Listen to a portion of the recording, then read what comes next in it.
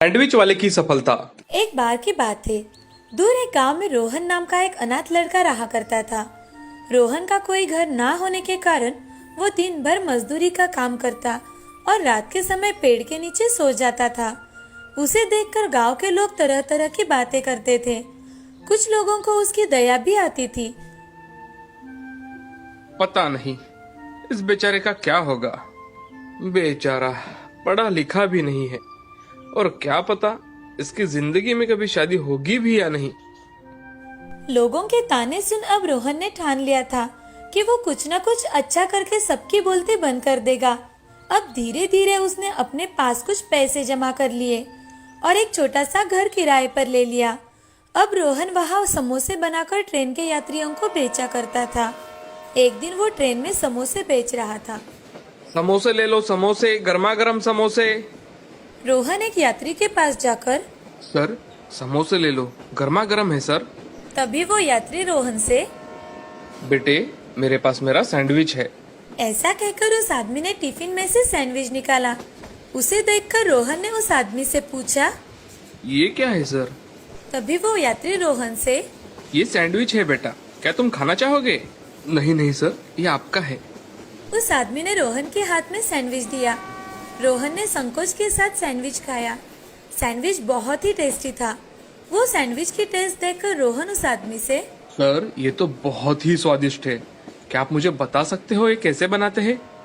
उस आदमी ने रोहन की रिक्वेस्ट को मानकर उसे 2-3 सैंडविच के प्रकार बताए और उसे कैसे बनाते हैं उसकी सारी जानकारी भी बताई। वो आदमी रोहन को 1 घंटे तक विविध प्रकार के सैंडविच के नाम बताता रहा। रोहन भी बड़ा मन लगाकर उसकी सारी बातें सुन रहा था।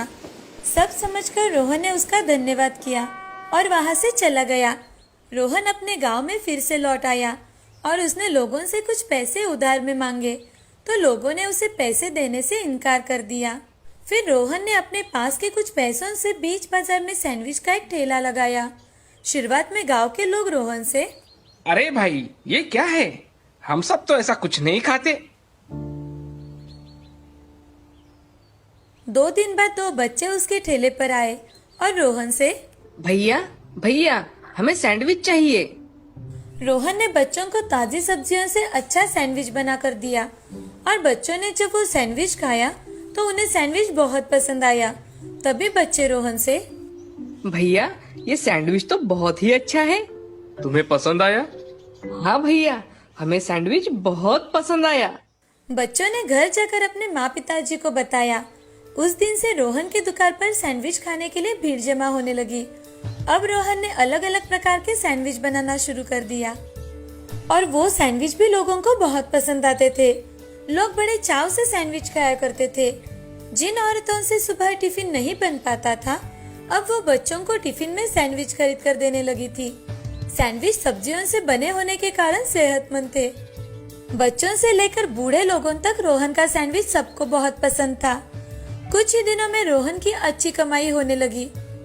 तभी रोहन ने गांव के जरूरतमंद युवकों को ट्रेनिंग देकर उन्हें सैंडविच बनाना सिखाया और उन्हें तनख्वाह देकर आसपास के गांव में ठेले लगवा दिए।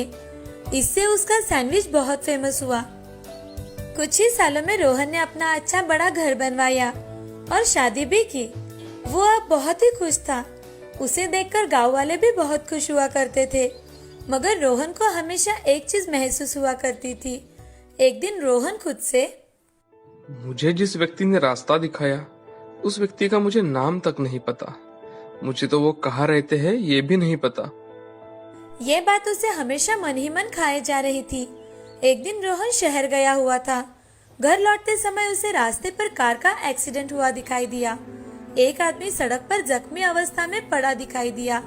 उसके पास जाकर रोहन, आपको ज्यादा लगा तो नहीं है ना?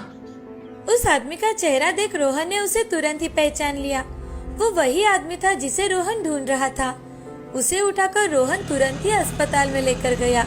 अस्पताल में जाकर उसका सारा इलाज रोहन ने किया और उसे होश आते ही रोहन उस आदमी से, सर अब आपको कैसा लग रहा है? धन्यवाद बेटे, आज तुमने मेरी जान बचाई। नहीं सर, धन्यवाद तो मुझे आपसे कहना था। आपने मेरी पूरी जिंदगी बदल दी सर। सर आपका नाम क्या है? बेटे मेरा नाम नरेंद्र है। और मैंने कैसे तुम्हारी जिंदगी बदल दी बेटा? रोहन ने नरेंद्र जी को सारी आप बीती सुनाई। नरेंद्र जी भी रोहन की कामयाबी पर बहुत खुश हुए। रोहन बड़ा खुश था कि उसने नरेंद्र जी की मदद की थी। अब नरेंद्र जी भी कभी कभी अपने पूरे परिवार के साथ रोहन के हाथ का सैंडविच खाने के लिए आ जाया करते थे। रोहन को हमेशा मन में जो कमी लगती थी वो अब पूरी हो गई थी। इस कहानी से हमें ये सीख मिलती है कि सहायता सिर्फ वस्तु या पैसों से ही नहीं होती। अगर अपना ज्ञान बांटकर किसी की सहायता की तो वो भी बड़े काम आ जाती है। श्री रामपुर नाम के गांव में मोना नाम की एक बहुत ही सुंदर लड़की थी। वो अपने माता पिता के साथ रहा करती थी। उसके पिताजी रमेश एक बड़े कंपनी में काम किया करते थे और माँ सुशीला घर की भागदौड़ संभाला करती थी। मोना को आइसक्रीम खाना बहुत ही पसंद था, इसीलिए उसके माता पिता हमेशा परेशान रहा करते थे। एक दिन मोना के लिए संजय नाम के लड़के का रिश्ता आता है। लड़का पढ़ा लिखा होने के साथ साथ गुणी और सुशील भी था। संजय अपनी माँ शारदा के साथ मोना को देखने आता है। तभी रमेश जी, आइए आइए, बैठिए। नमस्ते, आइए ना बहन जी। नमस्ते सुशीला जी। आपको यहाँ आने में कोई तकलीफ तो नहीं हुई ना? जी नहीं, हमें आने में कोई तकलीफ नहीं हुई। सुशीला बहन, लड़की को बुलाइए ना।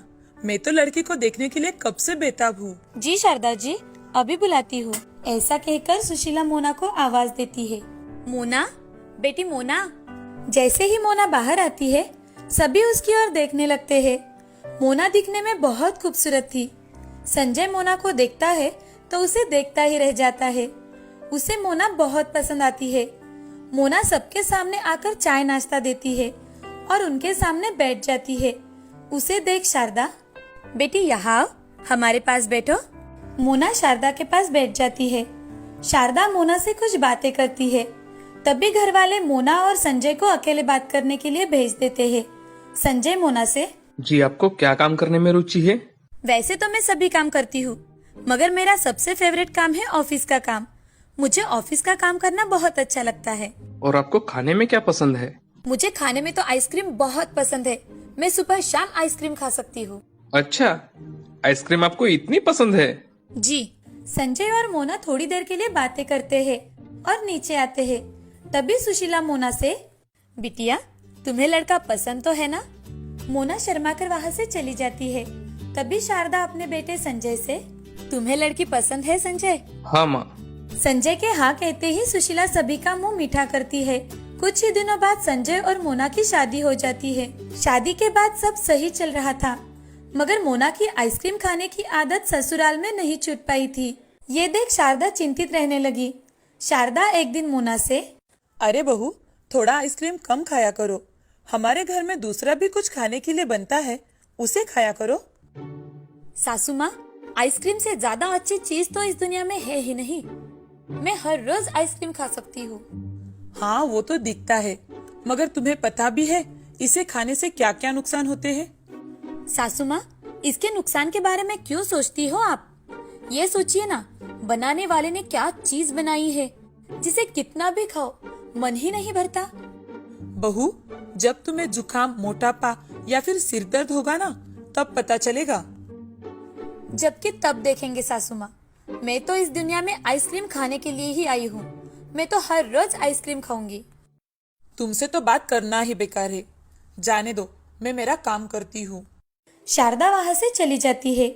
शारदा बेचारी आए दिन अपने बहू को बहुत समझाती है, मगर मोना उसकी बातों पर ध्यान ही नहीं देती और अपनी सास की बातें टाल देती थी। उस पर किसी भी बात का कोई असर नहीं होता था। वक्त बीतते जाता है। धीरे धीरे मोना के दांतों में दर्द शुरू हो जाता है, मगर मोना उस बात पर ध्यान ही नहीं देती और आइसक्रीम खाती रहती है। धीरे धीरे उसका वजन बहुत बढ़ जाता है। उसका बढ़ता हुआ वजन देख संजय एक दिन मोना से, अरे मोना, जरा खुद की ओर तो देखो, कितनी मोटी लग रही हो तुम। संजय जी, आप और आपकी मम्मी हमेशा मेरे पीछे ही पड़े रहते हैं। मैं इतनी सी मोटी क्या हो गई? आप तो मुझे बहुत बोलने लगे हैं। मैं तो हर रोज आइसक्रीम खाऊंगी। मोना, तुम्हें आइसक्रीम खाना थोड़ा कम कर दो, नहीं तो तुम्हें शुगर और हार्ट की बीमारी हो जाएगी। आप खामखा ही इतना डर रहे हैं। मुझे कुछ नहीं हुआ है। अरे मोना, मैं तो तुम्हारे अच्छे के लिए कह रहा हूँ ना। आप मेरी टेंशन मत लो, मुझे कुछ नहीं हुआ है। ठीक है, चलो मैं ऑफिस जा रहा हूँ। जी। संजय ऑफिस के लिए निकल जाता है। मोना दोपहर के समय आइसक्रीम खाते हुए सीढ़ियों से नीचे उतर रही थी। तभी उसे अचानक से चक्कर आ गए और वो सीढ़ियों से नीचे गिर जाती है। सास मोना को इस हालत में देखकर बहुत डर जाती है। वो जल्दी से संजय को फोन करती है और खुद मोना को उठाकर अस्पताल में लेकर चली जाती है। थोड़ी ही देर में संजय अस्पताल में पहुंच जाता है। डॉक्टर उसकी जांच पड़ताल करके उसके कुछ टेस्ट करते हैं। उस टेस्ट में डॉक्टर को मोना का शुगर लेवल बढ़ा हुआ दिखाई देता है। ये देख डॉक्टर बाहर आते हैं। तभी संजय डॉक्टर से, क्या हुआ डॉक्टर साहब, मेरी पत्नी ठीक तो है ना? जी, उनका शुगर लेवल बहुत बढ़ गया है, इसलिए उनको चक्कर आ रहे हैं। डॉक्टर साहब, मेरी बहू हर रोज आइसक्रीम खाती है और यूँ कहिए ना कि उसे आइसक्रीम के सिवा कुछ भी अच्छा नहीं लगता। शायद इनके आइसक्रीम की आदत ही इनकी शुगर लेवल बढ़ने का कारण है। अगर आप उन्हें सही सलामत चाहते हैं तो आपको उनकी ये आदत छुड़वानी होगी। जी डॉक्टर, मैं उसे कभी भी आइसक्रीम खाने नहीं दूंगा। ऐसा कहकर संजय मोना से मिलने के लिए उसके कमरे में चला जाता है। संजय कमरे में जाते ही मोना से, मोना, तुम्हें अभी भी आइसक्रीम खानी है तो बताओ मुझे, मैं अभी आइसक्रीम लेकर आता हूँ तुम्हारे लिए। कौन सी लाऊं बताओ जरा, वेनिला लाऊं, स्ट्रॉबेरी, बटर स्कॉच? हाँ, आप मुझसे ऐसे क्यों बात कर रहे हो? क्या कहा डॉक्टर ने? तुम्हारी ज्यादा आइसक्रीम खाने की वजह से तुम्हें शुगर की बीमारी हो गई है और अब तुम आइसक्रीम तो क्या मीठा तक नहीं खा सकती। क्या? संजय की बात सुनकर मोना जोर जोर से रोने लगती है। उसका रोना देख संजय मोना से, मोना, अब रोने से कोई फायदा नहीं है। हमने तुम्हें कितना समझाया मगर तुमने हमारी एक ना सुनी। मैं इस बात को लेकर नहीं रो रही। तो फिर तुम रो क्यों रही हो? मैं आइसक्रीम नहीं खा सकूंगी इसलिए रो रही हूँ। हे भगवान, क्या करूँ मैं तुम्हारा? ऐसा कहकर संजय मोना के साथ घर चला जाता है। ऐसे ही समय बीतता जाता है। मोना आइसक्रीम खाने की आदत छोड़ने की बहुत कोशिश करती है। उसके साथ ही वो प्राणायाम और डेली एक्सरसाइज भी करने लगती है। उससे उसका शुगर लेवल कम होने में मदद होती है। साथ ही साथ मोना का मोटापा कम हो रहा है, ये देख घर वाले बहुत खुश हो जाते हैं। ऐसे ही एक दिन उसे पता चलता है कि वो संजय के बच्चे की माँ बनने वाली है। वो संजय से, संजय जी, मुझे आपको एक बात बतानी है। हाँ कहो मोना, क्या बात है? संजय जी, आप पापा बनने वाले हो और मैं माँ बनने वाली हूँ। मोना, मैं आज बहुत खुश हूँ। मैं तो आज ऑफिस में मिठाई बांटूंगा। माँ, माँ। संजय ये खुशखबरी अपनी माँ को सुनाता है। उनके घर में जैसे खुशहाली छा जाती है। ऐसे ही 7 महीने बीत जाते हैं। एक दिन संजय मोना के साथ एक शादी में चला जाता है। वहाँ से लौटते समय उनके कार का बहुत ही बड़ा एक्सीडेंट हो जाता है। उन दोनों को तुरंत ही अस्पताल में भर्ती करवाया जाता है, जहाँ संजय को जल्दी होश आ जाता है, मगर मोना को होश ही नहीं आता। उसकी शुगर की बीमारी की वजह से उसकी कंडीशन क्रिटिकल बन जाती है। तभी संजय डॉक्टर से, डॉक्टर, मोना की तबीयत कैसी है अभी? उनकी तबीयत तो थोड़ी क्रिटिकल ही है। वो प्रेग्नेंट होने के कारण उसकी तबीयत ज्यादा खराब हो गई है और शुगर की वजह से उनकी ब्लीडिंग थमने का नाम ही नहीं ले रही। डॉक्टर साहब, आप कुछ कीजिए, मेरी बीवी और मेरे बच्चे को बचा लीजिए। संजय जी, हम हमारी पूरी कोशिश कर रहे हैं। लगता है हमें उनकी प्रीमैच्योर डिलीवरी करनी होगी। आपका साइन लगेगा हमें। जी डॉक्टर साहब, अभी करता हूँ। ऐसा कहकर डॉक्टर उनके सामने पेपर रख देते हैं और संजय जल्दी से उन पेपर्स पर साइन कर देता है और डॉक्टर मोना की प्री मैच्योर डिलीवरी कर देते हैं। तभी मोना की सास शारदा अस्पताल में आ जाती है। पूरे 2 घंटे के बाद डॉक्टर ऑपरेशन थिएटर से बाहर आते हैं और संजय से, मुबारक हो संजय जी, आपको बेटी हुई है। माँ और बच्ची दोनों सही सलामत है। बच्ची अभी कम महीने की होने के कारण हमने उसे अंडर ऑब्जर्वेशन में रखा है। धन्यवाद डॉक्टर साहब, मैं आपका शुक्रिया कैसे अदा करूं समझ में नहीं आ रहा। अब आप भी थोड़ा आराम कर लीजिए। डॉक्टर वहाँ से चले जाते हैं। तभी संजय और शारदा मोना के पास चले जाते हैं। दोनों को देख मोना बहुत खुश हो जाती है। तभी शारदा मोना से, बहू तुम माँ बन गई हो और मैं दादी बन गई हूँ। मोना की आंखों में आंसू आ जाते हैं। ये देख शारदा मोना से, आज के बाद बिल्कुल नहीं रोना, समझी? माँ जी, मेरी वजह से मेरी बच्ची आज इस मुसीबत का सामना कर रही है। मैं आज के बाद आप सबकी बातें मानूंगी। मुझे माफ कर दीजिए। माँ जी, मैंने आपको बहुत भला बुरा कहा। अरे बहू, छोटी छोटी बातें तो वही भूल जानी अच्छी होती है। मैं तो कब की भूल गई। और तुम भी जल्दी से घर आ जाओ, समझी? हाँ माँ जी। कुछ दिनों बाद मोना अपने बच्ची को लेकर घर आ जाती है।